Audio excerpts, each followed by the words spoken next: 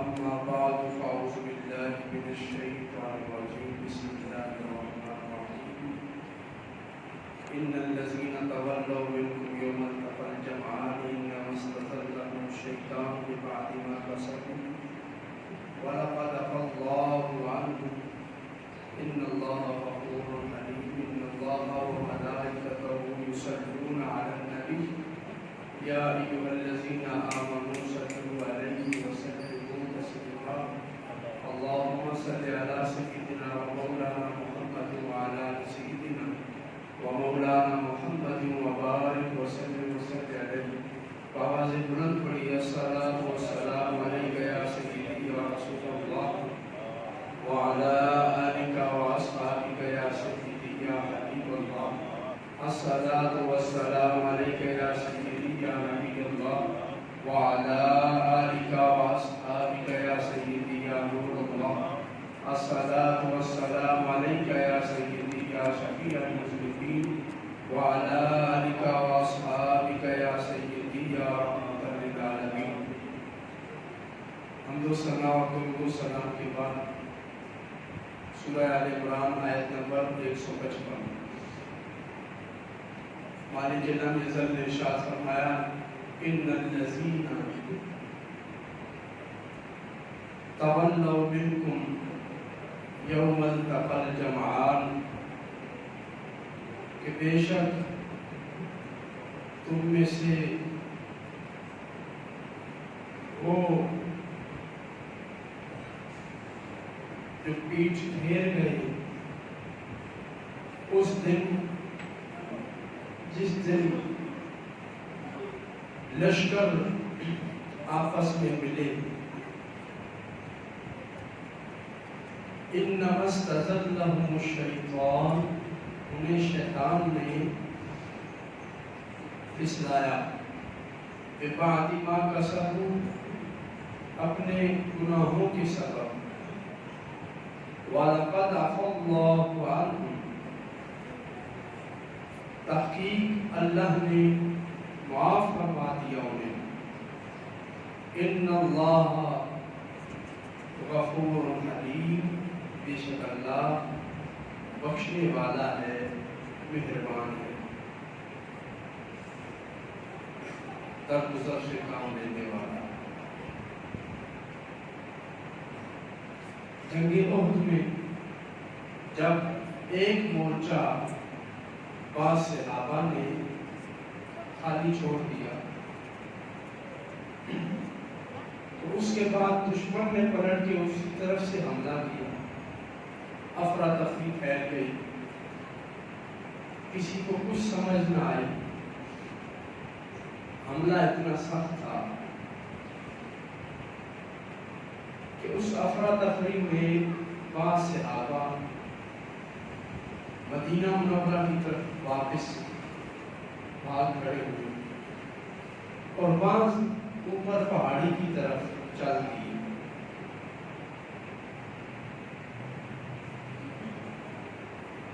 رسول اللہ صلی اللہ علیہ وآلہ وسلم بلا رہے تھے آواز دے رہے تھے کہ میری طرف آؤ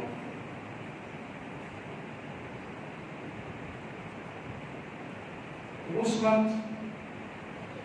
اللہ رب العزت کا جلال اور اللہ رب العزت کی ناراضگی جو تھی اس کا اظہار ہوا وہ حملہ اتنا سخت تھا اس قدر خوف پھیل گیا کہ حضرت عمر رضی اللہ تعالیٰ عنہ فرماتے ہیں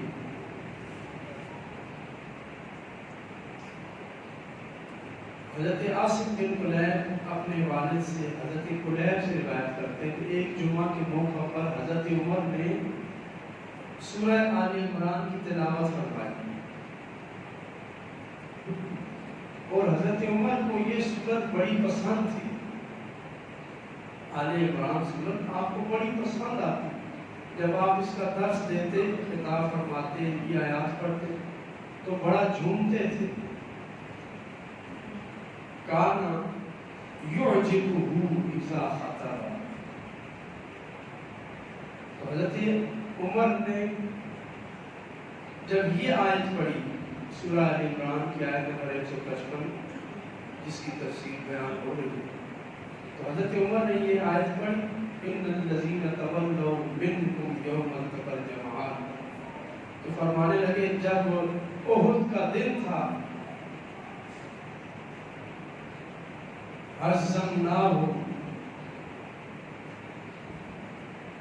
تو ہمیں ہزیمت کا سامنا ہوا، انہوں نے پلٹ کر جب حملہ کیا تو اس حملے میں ہمیں سنبھلنے کا موقع نہیں ملا۔ حضرت عمر فرماتے ففررت حتی صعدت الجبل، میں پہاڑ پہ چڑھ گیا، پہاڑ کی طرف دوڑ گیا، اور میں نے سنا اور میری جان نکل گئی کہ لوگ کہہ رہے تھے، افواہ پھیل گئی، جیسا کہ بیان ہوا یہ افواہ شیطان نے پھیلائی اور کفار مکہ نے، قتل محمد، کہ رسول اللہ صلی اللہ علیہ وسلم شہید ہو گئے۔ حضرت عمر کہتے ہیں یہ الفاظ میرے کان میں پڑے، لا اجد احدا یقول قتل محمد الا قتلته، حضرت عمر کہتے ہیں میرے جسم میں بجلی دوڑ گئی اور میں نے بآواز بلند کہا کہ جس نے یہ کہا کہ رسول اللہ شہید ہو گئے ہیں تو میں اسے قتل کر دوں گا، جس نے یہ لفظ اپنی زبان سے ادا کیا تو میں اسے قتل کر دوں گا۔ لوگ میری طرف متوجہ ہوئے اور فرماتے ہیں اجتمعنا علی الجبل، ہم اس پہاڑ پہ سارے جو ارد گرد بکھرے ہوئے تھے جمع ہو گئے، تو اس پہاڑ پہ جب ہم جمع تھے اور یہ جب کیفیت تھی کہ ہم نے رسول اللہ صلی اللہ علیہ وسلم کو تنہا چھوڑ دیا، سنبھلنے کا موقع نہیں ملا، اور یہ آواز جب آئی تو اسام خطا ہو گئے، تو اس وقت کے لیے یہ آیت نازل ہوئی ان الذین تولوا منکم یوم التقى الجمعان، کہ تم میں سے جو پھر گئے تھے جب لشکر آپس میں جنگ کر رہے تھے، لشکروں کی جنگ کے دن جو تم میں سے پھر گئے تھے، پیٹ پھیر گئے تھے، بھاگ کھڑے ہوئے افراتفری میں، تو اللہ رب العزت فرماتا ہے انما استزلهم الشیطان، یہ شیطان نے ان پر وار کیا، شیطان نے انہیں پھسلایا۔ اب اللہ رب العزت کا طریقہ اپنے محبوبوں کے ساتھ دیکھیے کہ دانا حضرت آدم نے کھایا، دانا حضرت آدم نے کھایا تو اللہ رب العزت نے فرمایا فَأَزَلَّهُمَ الشَّيْطَانُ، کہ غلطی شیطان کی تھی، شیطان نے انہیں پھسلا دیا۔ یعنی یہ نہیں کہا کہ آدم علیہ السلام نے غلطی کی، کہا کہ شیطان کی غلطی ہے، شیطان نے وسوسہ ڈالا، اس نے یہ کروایا۔ یعنی اللہ رب العزت اپنے محبوبوں کو جب نیکی کی توفیق دیتا ہے تو کہتا ہے یہ میری طرف سے، اور جب ان سے اس کے خلاف کوئی سرزد ہوتا ہے تو پھر فرماتا ہے یہ شیطان کا کام ہے، یعنی اپنوں پر بات نہیں آنے دیتا، فرماتا ہے انما استزلهم الشیطان، جیسے آدم علیہ السلام کو شیطان نے وسوسہ ڈالا، اسی طرح یہاں بھی میرے محبوب کے غلاموں کو شیطان نے پھسلایا۔ بِبَعْدِ مَا كَسَبُوا، اس غلطی کی وجہ سے جو ان سے سرزد ہوئی، اور وہ غلطی کیا تھی کہ وہ درہ جو تھا، جو مورچہ جس پہ حضور نے کہا تھا تا حکم ثانی یہاں سے نہیں اترنا، اور جنگ کا پاسا جب پلٹ گیا، صحابہ نے دیکھا کہ مال غنیمت بکھرا ہے، دشمن بھاگ گیا، تو حکم کا انتظار کیے بغیر مال غنیمت جمع کرنا شروع کر دیا۔ تو فرمایا یہ ان کی غلطی تھی، اس کا خمیازہ یہ بھگتنا پڑا کہ شیطان کو گمراہ کرنے کا، وسوسہ ڈالنے کا موقع مل گیا۔ وَلَقَدْ عَفَا اللَّهُ عَنْهُمْ، اور تحقیق اللہ نے انہیں معاف فرما دیا۔ ان اللہ غفور حلیم، بے شک اللہ غفور ہے، معاف فرمانے والا ہے، حلیم درگزر فرمانے والا ہے۔ یہاں پر مفسرین نے بڑی پیاری بات ہے کہ اللہ رب العزت نے اپنے آپ کو حلیم کہا، اپنے آپ کو عاقل نہیں کہا۔ عقل سے کام لیا جائے تو تھوڑی وہ سزا بنتی ہے، عقل کا تقاضا ہے۔ تو اللہ رب العزت نے یہ نہیں کہا کہ میں عاقل ہوں، میں انہیں ان کو سزا دی، بلکہ فرمایا حلیم، میں نے ان سے درگزر کیا، عقل کے تقاضوں کو چھوڑ دیا اور میں نے اپنے محبوب کے غلاموں کو معاف کیا، کیونکہ ان کا بھاگنا یہ آمدن نہیں تھا بلکہ خطان تھا، نسیان تھا، اور یہ بعض کی غلطی کا خمیازہ تھا جو انہوں نے بھگتا۔ حضرت فاروق اعظم رضی اللہ تعالی عنہ اور دیگر صحابہ جنگ احد کے اس معاملے کو بعد میں بھی یاد کرتے تھے۔ اب بعض صحابہ ایسے تھے جو اس دن میدان احد سے جن کے قدم اکھڑ گئے اور افراتفری پھیل گئی، سنبھلنے کا موقع نہیں ملا، تو کچھ لمحے کے لیے اپنی پوزیشن برقرار رکھنے کے لیے کچھ صحابہ پہاڑ کی اوٹ میں چلے گئے، حضور سے 40 قدم کے فاصلے پہ چلے گئے۔ ان میں حضرت سیدنا عثمان غنی رضی اللہ تعالیٰ عنہ حضور کے داماد بھی تھے، عقبہ بن عثمان اور سعد بن عثمان، یہ انصاری صحابی ہیں، یہ بھی تھے۔ اب جب کسی سے کوئی غلطی ہوتی ہے تو اس کا کوئی نہ کوئی زندگی میں کسی کے ساتھ جھگڑا ہو جاتا ہے، کوئی نہ کوئی معاملہ خراب ہو جاتا ہے، وہ جو حلیف یا شریک ہوتا ہے وہ اس سابقہ غلطی کو یاد دلاتا ہے۔ اسی طرح حضرت عثمان غنی رضی اللہ تعالیٰ عنہ کے ساتھ ہوا۔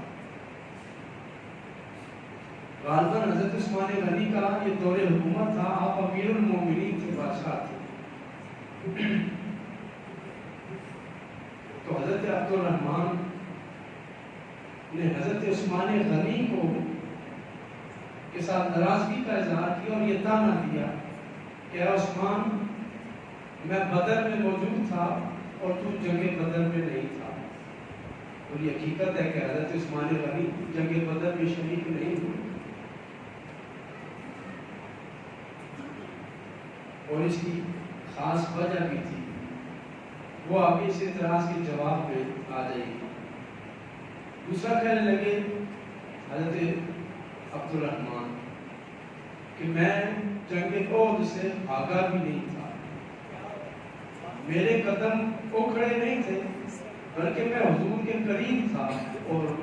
اے عثمان تم بھاگ گئے تھے۔ تو حضرت عثمان غنی رضی اللہ تعالیٰ عنہ نے فرمایا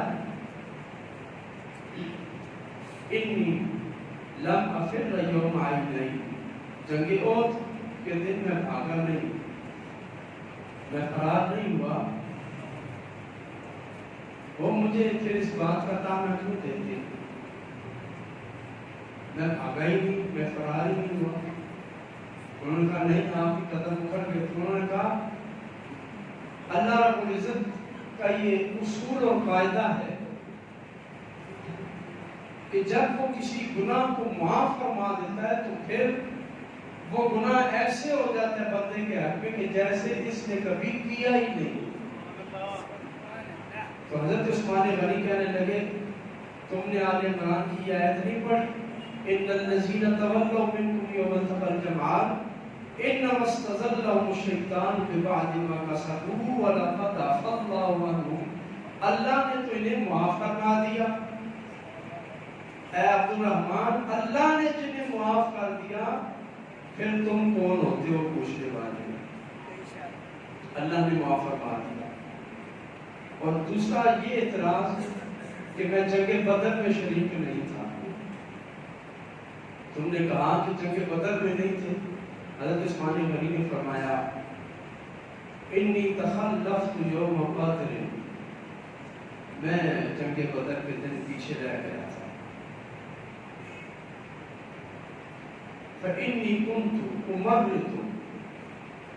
رقیہ بنت رسول اللہ صلی اللہ علیہ وسلم حتی ماتت وقد ضربنی رسول اللہ بسہم۔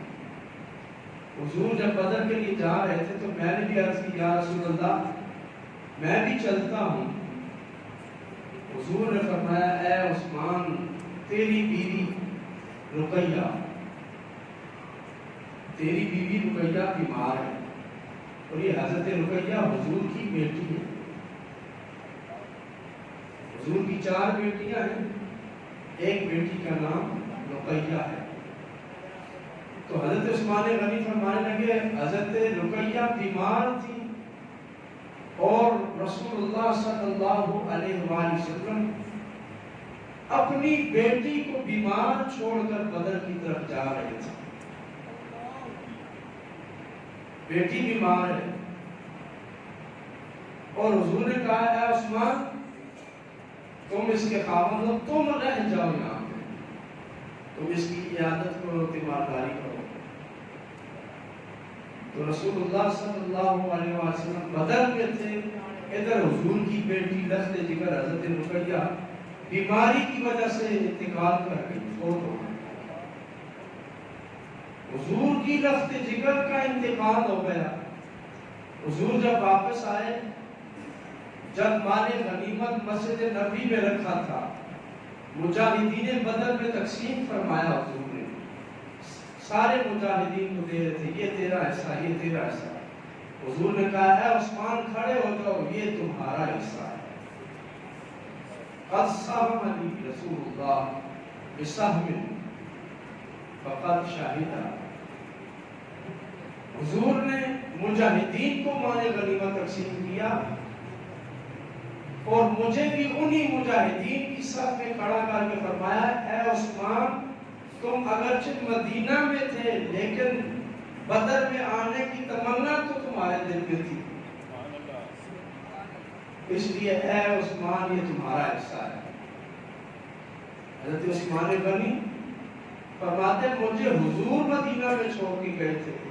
اور تمہیں اپنے ساتھ حضور لے کے گئے تھے،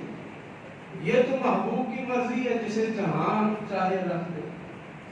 تمہیں بدر میں لے کے گئے، وہاں پہ تم نے جنگ کی، تم مجاہد بنے، غازی بن کے آئے، اور مجھے حضور مدینہ میں چھوڑ گئے، میں حضور کے حکم سے یہاں پر تھا۔ جب حضور تشریف لائے تو میرا حصہ مجھے دیا، گویا کہ حضور نے مجھے بھی بدر والوں میں شامل کر دیا۔ اور یہ فائدہ ہے من ضرب له رسول اللہ بسہم فقد شہد، جسے حضور مال غنیمت میں سے حصہ دے، وہ سپاہی اگرچہ جنگ میں موجود نہ ہو پھر بھی وہ موجودین میں شامل کیا جائے گا، اس کا حکم مجاہدین جیسا ہوگا۔ تو اے عبد الرحمن، نبی علیہ السلام نے مجھے بدر والوں میں شمار کیا، مجھے بدر میں سے حصہ دیا، مجھے بدر کا سپاہی بنایا اور سپاہی بنا کر خوشخبری بھی دی۔ اور تیسرا اعتراض ایک اور کیا، وہ یہ تھا کہ عثمان تم مکہ میں تھے حدیبیہ کے موقع پر، اور ہم ادھر حضور کے ہاتھ پہ ہاتھ رکھ کے بیعت کر رہے تھے، تم اس بیعت میں بھی شامل نہیں تھے۔ تو حضرت عثمان غنی نے فرمایا ارے نادانو، حضور کے یہ دونوں ہاتھ اٹھے تھے بیعت کے لیے، اور وہ بیعت حضور کس کی لے رہے تھے؟ میرے خون کا بدلہ لینے کے لیے بیعت لے رہے تھے۔ حضور نے اپنا دایاں ہاتھ بھی تمہارے تمہارے سامنے کیا تو میرے قصاص کے لیے کیا. اپنا بایاں ہاتھ حضور نے رکھا, وہ ہاتھ بھی میری طرف سے رکھا. یہ تمہیں بیعت کی سعادت ہی میرے نام کی وجہ سے حاصل ہوئی ہے کہ تم پھر مجھ پر اعتراض کیسے کر سکتے. تو اور فرمائیے, بدر احد ہو, بدر ہو, حنین ہو, تبوک ہو, جب دین کی بات آ گئی تو رسول اللہ صلی اللہ علیہ وسلم کی لخت جگر نور نظر حضرت رقیہ بیمار ہیں, اور بیماری بھی اس قدر ہے کہ حضور کو پتا ہے کہ میں بدر میں پہنچوں گا, ان کا انتقال ہو جائے گا. تو رسول اللہ نے حضرت عثمان غنی کو ان کی تیمارداری کے لیے چھوڑا اور خود بدر کی طرف تشریف لے گئے. اس سے بڑھ کر اور دنیا میں جانثاری کی مثال کیا ہو کہ رسول اللہ تو اپنی لخت جگر کو بیمار چھوڑ کر اللہ کے دین کے لیے بدر میں چلے جائیں, اور ہم حضور کے دین کی بات آئے تو ہم بہانے کریں. رسول اللہ نے یہ مثال قائم کر کے فرما دیا. کل اگر کسی نے کہا کہ میرے بچے تھے, میری بیوی تھی, ان کی وجہ سے میں دین کے لیے کام نہ کر سکا, تو حضور فرمائیں گے میں تو اپنی مرتی ہوئی بیٹی کو مدینے میں چھوڑ کے بدر چلا گیا تھا, اس سے بڑی اور مجبوری بنا کیا ہو سکتی. میں چاہتا تو رب سے کہتا بدر کو 2-4 دن اور ڈال دے, رب کے قبضہ اختیار میں تھا سب کچھ. اس لیے وہاں کسی کا کوئی بہانہ نہیں چلے گا. حضور علیہ الصلوۃ والسلام کے دین کے ساتھ کھڑا ہونا, رب کے دین کے ساتھ کھڑا ہونا. اللہ رب العزت فرماتا ہے انا نحن نزلنا الذکر, ہم نے یہ ذکر نازل کیا ہے, ہم نے یہ قرآن, یہ دین نازل کیا ہے. وَإِنَّا لَهُ لَحَافِظُونَ, اور ہم ہی اس کے محافظ ہیں, ہم اس کے محافظ ہیں. یہ نہیں کہا اِنِّي لَهُ لَحَافِظٌ کہ میں اس کا محافظ ہوں. اللہ فرماتا ہے ہم نے نازل کیا اور ہم ہی اس کے محافظ ہیں. یعنی جو انسان اس دین کی حفاظت کے لیے کھڑے ہوں گے, اللہ رب العزت فرماتا ہے وہ میرے ساتھ کھڑے ہوں گے, وہ ہم میں شامل ہیں. اِنَّا لَهُ لَحَافِظُونَ, وہ ہم ہیں.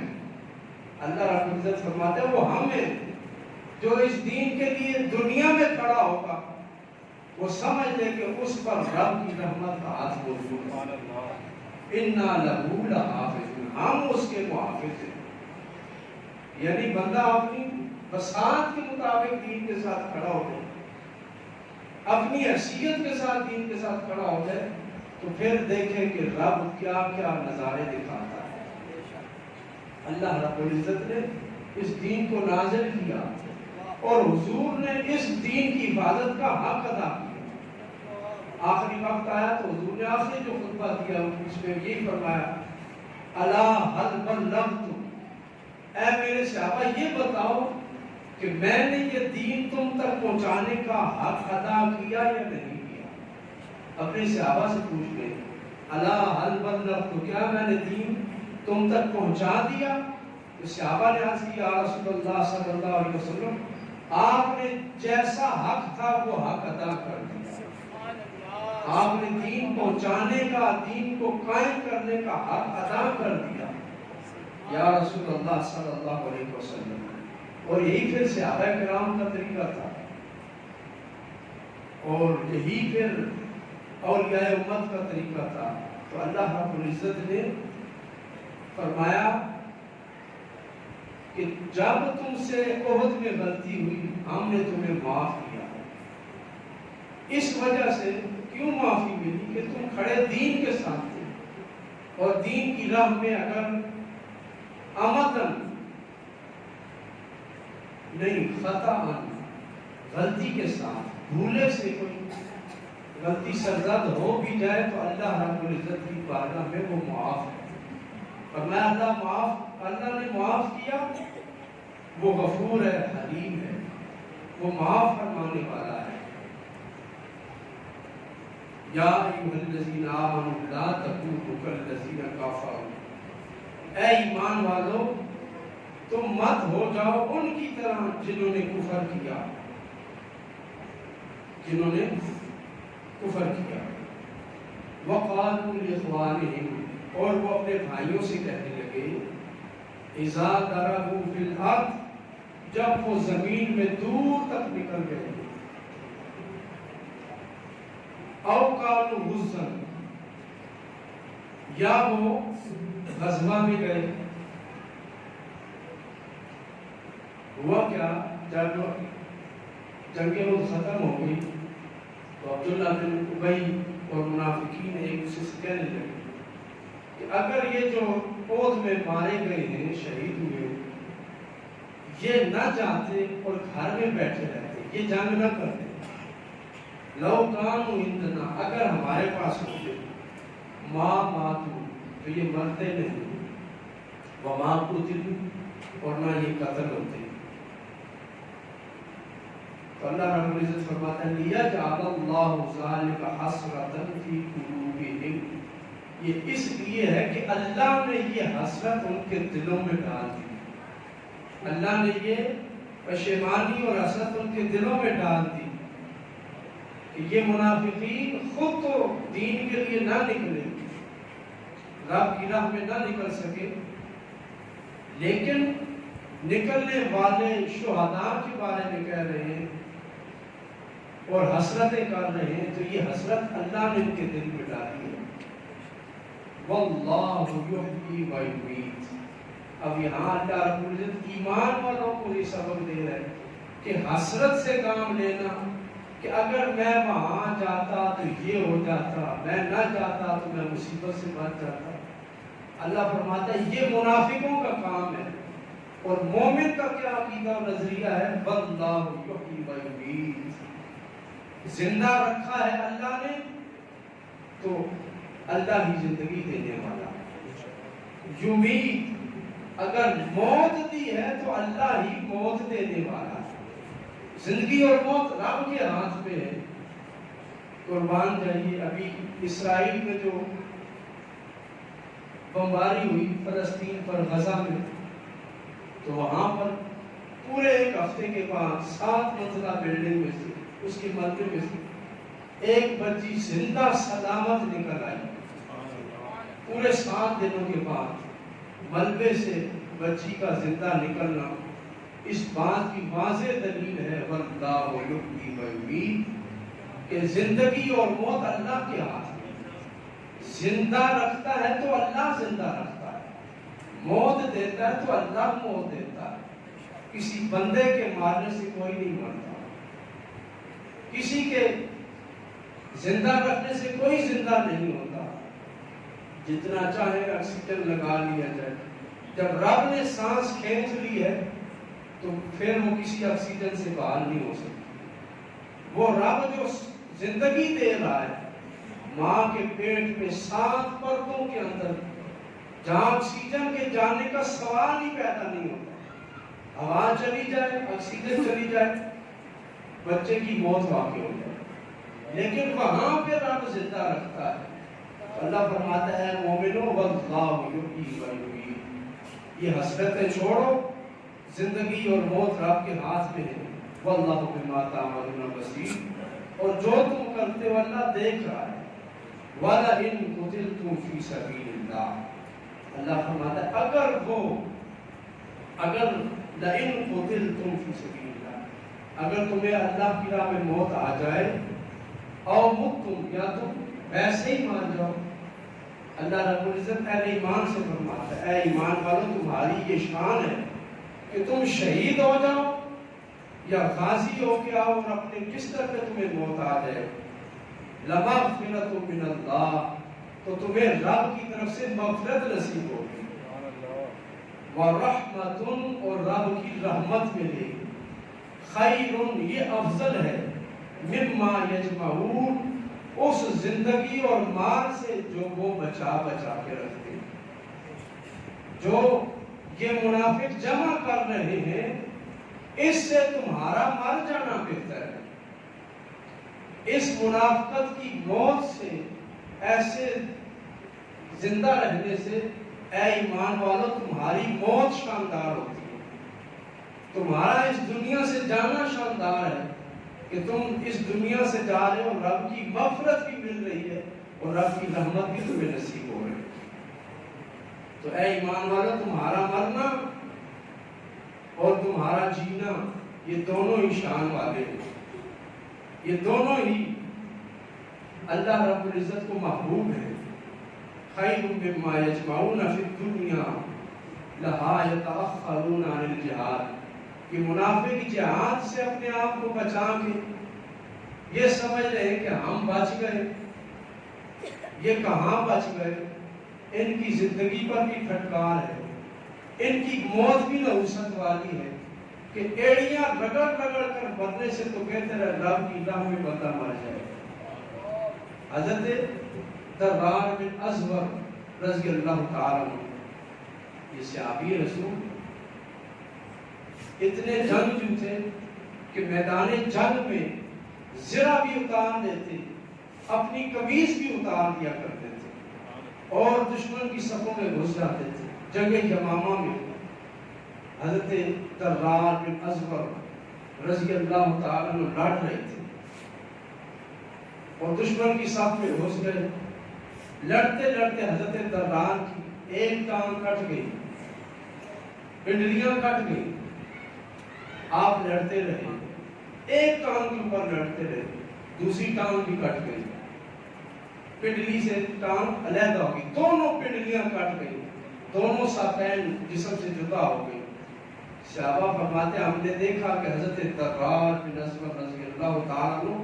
اپنے گھٹنوں کے بل دوڑ دوڑ کر جنگ کر رہے تھے اور دشمن کی گردنیں اڑا رہے تھے۔ یہ حضرت درار ہیں جن کے نام پر ہمارے ٹینک کا نام درار رکھا گیا ہے، جن کے نام پر ہمارا درار ٹینک ہے، درار بن ازور رضی اللہ تعالیٰ عنہ۔ کہ دنیا میں ایسی مثال نہیں ملتی کہ ہمیں ذرا سی چوٹ آ جائے تو ہم 2 مہینے 3 مہینے ریسٹ کرتے ہیں۔ قربان جائیے حضرت درار بن ازور پر کہ دونوں ٹانگیں کٹ گئی، گھٹنوں کے بل دوڑ دوڑ کر رب کی راہ میں جہاد کر رہے ہیں۔ خیر مما یجمعون، اور یہ حضرت درار وہ ہے کہ دشمن کی صف میں گھس گئے، دونوں ٹانگیں کٹ گئی، جسم پر 70 سے زیادہ نشان زخموں کے پڑ گئے، پھر بھی میدان جہاد میں شہادت نصیب نہیں ہوئی۔ حضرت درار بن ازور حضرت ابوبکر صدیق کے دور میں جنگ یمامہ ہوئی اور حضرت عمر کے دور تک زندہ رہے، اور طاعون انباس کے ایام میں حضرت درار کی موت بستر پر واقع ہوئی۔ واللہ یحیی و یمیت، زندگی بھی رب کے ہاتھ میں ہے، موت بھی رب کے ہاتھ میں ہے، اور زندگی اور موت وہی کام کی ہے جو رب کی رضا میں، رب کے دین کے لیے، رب کے دین کی حفاظت کے لیے بندہ اس مختصر سی زندگی کو گزار دے۔ واخر دعوانا ان الحمدللہ۔